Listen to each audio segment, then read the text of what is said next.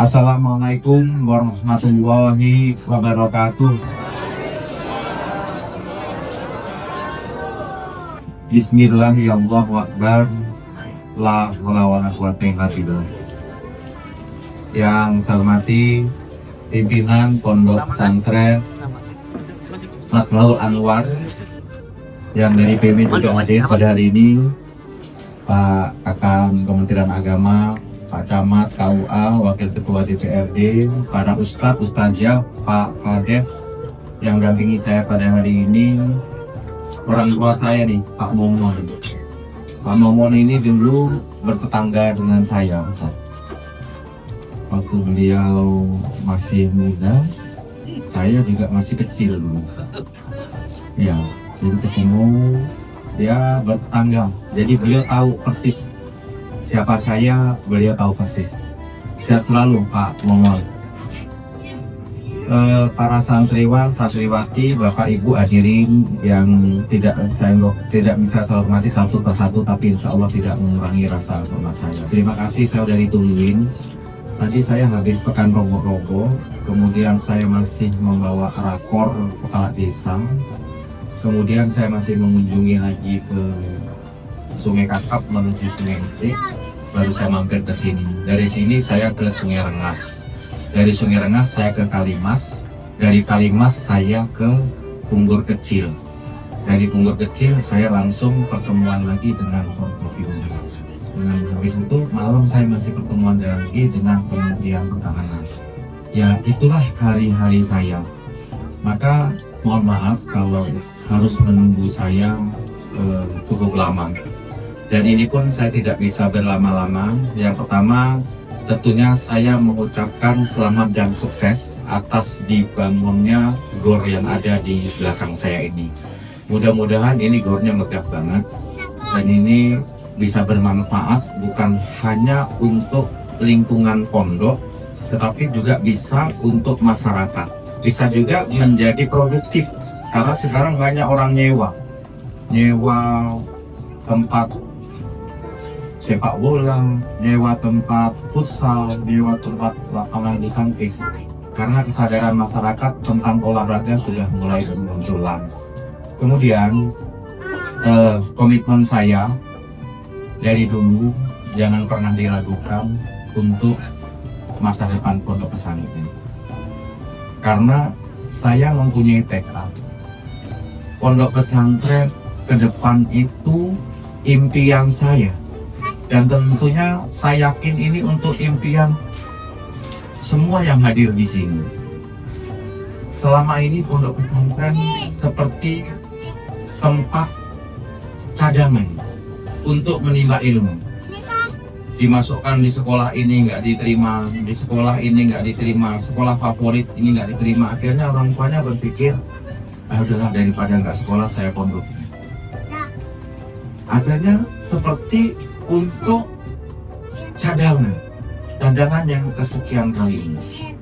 Saya berkeinginan, tekad saya bersama jajaran saya, bersama para ulama, para kiai, para ustadz, para tokoh-tokoh agama, mempunyai tekad ke depannya itu pondok pesantren itu harus menjadi pilihan utama.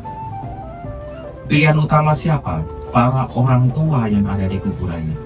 Begitu anaknya tamat SD, tamat SMP, bismillah, saya akan pondokkan anak saya. Nah seperti itu. Tentunya untuk menjadi pilihan utama itu tidak gampang. Karena orang tua yang punya uang, yang punya anak, pasti orang tua di kuburannya akan melihat seperti apa sih bangunan pondoknya, seperti apa sih sanitasinya, seperti apa sih kamar tidurnya, seperti apa sih ruang belajarnya, seperti apa sih kualitas ustazahnya dan lain sebagainya. Nah untuk menciptakan ini yang harus kita lihat bersama. Kalau ini pondok ini cukup representatif, mobil langsung masuk. Ada pondok-pondok di daerah Ambawang, Kuala Mandoki, jalannya itu apa namanya, berjalan kayak Siratul Mustaqim, kecil gitu. Kalau jatuh tuh ya lebarnya itu Ya Pak Kampus kecil banget. Nah ini tugas saya. Tugas saya untuk membangun akses-akses pondok itu. Makanya saya fokus sekarang ke beberapa pondok yang akses-aksesnya. Sekarang bagaimana coba orang tua kita mau nyekolahkan anak atau putra-putri kesayangannya, begitu lihat pondoknya saja perjalanannya sudah mengerikan. Pastilah tidak tertarik, nggak jadi mau mondok. Berjalannya dengan waktu, alhamdulillah Pak Kakang Kemenak, pondok-pondok pesantren sudah mulai kelihatan, sudah mulai menggeliat, dan tentunya ini membanggakan bagi diri saya sebagai bupati. Kabupaten Kuburaya ini pondok pesantren terbesar jumlahnya bukan hanya di Kalimantan Barat. Saya sudah buka data terbesar di Kalimantan. Kaltara, Kaltim, Kalsel, Kalteng, Kalbar. Pondok pesantren yang paling banyak itu di Kabupaten Kuburaya. Dan itu aset. Dan itu masa depan menurut saya. Maka ini tantangan yang harus saya perhatikan. Nanti Ustadz Jamaluddin, Ustadz Yusuf tetap semangat. Tadi saya tanya, insya Allah bulan depan nanti ketemu saya ke ruang kerja saya akan bantu 50 juta untuk pondok pesantren ini. Saya tunggu kedatangannya, mudah-mudahan bisa bermanfaat. Dan kalau ada sesuatu hal karena kesibukan saya, jangan sungkan. Saya telah berikrar bahwa saya akan mewakafkan diri saya. Mewakafkan diri saya untuk siapa? Untuk rakyat, untuk daerah, untuk masyarakat. Kalau namanya mewakafkan itu sepenuh jiwa raga saya ini memang ya miliknya rakyat. Maka saya di kalender saya tidak ada tanggal merah. Semuanya tanggal hitam semua. Jadi nggak ada hari liburnya. Jam kerja saya juga nggak ada jam kerjanya. Dan ini saya nikmatin dan saya syukuri. Karena memegang amanah ini teramat berat. Saya selalu menyampaikan dengan teman-teman KS. Jadi istri saya pun ikut, kita berbagi tugas. Saya bersyukur Pak Mumun dianugerahi istri yang pengertian. Dan saya terikat dengan sumber jabatan saya. Selalu saya di mana saya sampaikan. Saya sampaikan dengan Pak Kades-Kades yang sekarang menjadi anak-anak saya. Sama, Pak Kades itu juga kepala daerah. Kepala daerah di tingkat desa. Saya kepala daerah di tingkat kabupaten. Dan sebelum menjabat sebagai kepala daerah menjalankan tugas semuanya disumpah. Seperti saya sumpah. Saya menjunjung kitab suci yang mulia yang namanya Al-Quran. Kemudian di atas kepala saya, demi Allah saya bersumpah bahwasanya saya akan mementingkan kepentingan rakyat dari kepentingan pribadi, kelompok, golongan maupun organisasi dan kepentingan yang lainnya. Itulah saya yang pegang teguh. Dan akhirnya itu juga yang membuat saya sampai kadang capek itu kayak apa sih? Saya kayak apa ya ngomong saya saking saya nikmatin keseharian saya di Ustaz. Jadi kalau saya sudah tertidur, itu berarti saya sudah capek. Jadi saya selalu ditidurkan oleh lelah saya dan saya dibangunkan oleh tanggung jawab saya. Maka Ustadz Jamaluddin, Ustadz Yusuf, Ustadz yang lainnya jangan ada sungkan dengan saya. Datang ke kantor saya. Nanti ketemu saya bulan depan. Nanti kita janjian. Beliau yang sering chat dengan saya. Nanti janjian ya. Dan tadi itu untuk pondok ini. Dan insya Allah ke depan saya mungkin bulan-bulan Oktober Pak Kakang Kemenak baru ada jadwal saya akan keliling ke beberapa pondok. Sekarang mohon doanya untuk saya sedang membuat fondasi. Maka kayak orang bikin pondok, bikin rumah, kalau bikin fondasi pasti perlu waktu, perlu tenaga, perlu material yang banyak supaya fondasinya kuat. Maka saya hari ini genap 6 bulan dilantik. Tanggal 5 nanti September genap 6 bulan saya mulai bekerja. 6 bulan ini waktu yang sangat pendek. Waktu yang sangat pendek, saya tidak terasa sudah 6 bulan. Perasaan saya baru kemarin dilantik. Maka 5 tahun itu menjadi sangat singkat.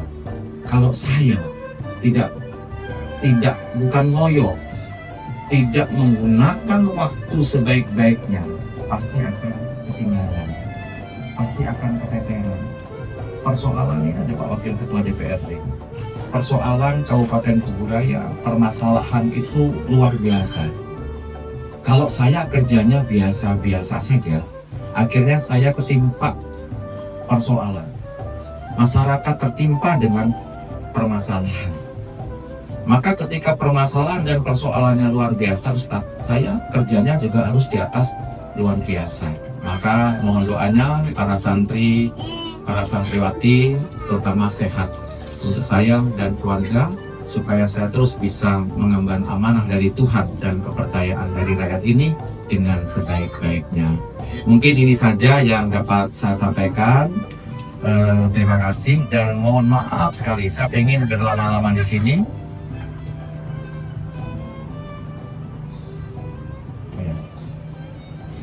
Pak Wakil Ketua DPRD tanya, jalannya ini sudah masuk dalam anggaran belum? Pak Kadis PU mana? Lagi sholat kan? Pak Kadis PU. Kalau memang belum masuk, kita masukkan. Tadi beliau mau masukkan, termasuk jembatannya itu. Cuman jembatannya itu boleh tidak dilanggarkan karena jalannya itu statusnya jalan provinsi. Nah itu aja yang menjadi persoalan. Tapi kalau jalannya ini, Ustaz, saya jamin bisa kita masukkan.